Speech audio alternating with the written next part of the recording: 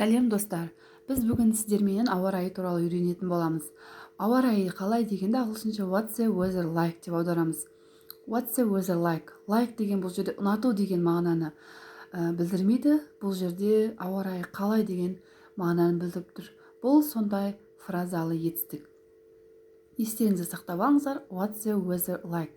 Ал егерде жауабын айту үшін it's деген қосымшаны қолданамыз.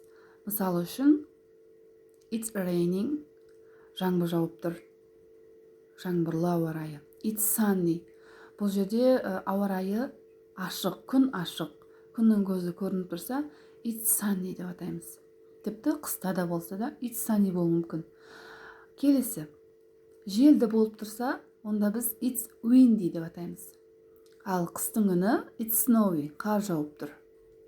What's the weather like? It's hot today. Ауа райы қалай? Бүгін ауа райы ыстық. It's hot. Ыстық болып тұр.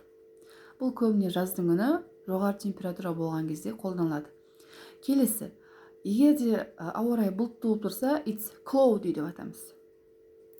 Көбіне қыстың күні төменгі температура болған кезде ауа райы салқын болады. Осы кезде біз it's cold деп айтатын боламыз. Яғни төменгі температурада ауа райы салқын болса, it's cold. Келесі, егерде тұманды болып тұрса айнала, онда біз it's foggy деп жауап береміз. Сонымен қатар достар, алдарыңызға жаңа сөздер қойдым. Жаңа сөздер жаттап алыңыздар. Бұл жерде ағылшынша мағынасымен, ал сіздерге аударып беретін болсам, cloudy бұлтты, cold суық, foggy бұлтты, hot ыстық, raining жаңбыр жауып тұр, snowing қарлы.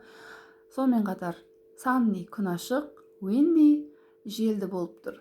Бұл жерде бұл қазақша аудармасы, мұнда жазылып тұр ағылшынша мағынасы. Сонымен қатар жыл мезгілдерін алдарыңызға ұсынғым келеді. Жыл мезгілдері бізге керек, себебі ауа райын айтқан кезде осылармен қолданылады. Spring көктем, summer жаз, autumn күз, winter қыс.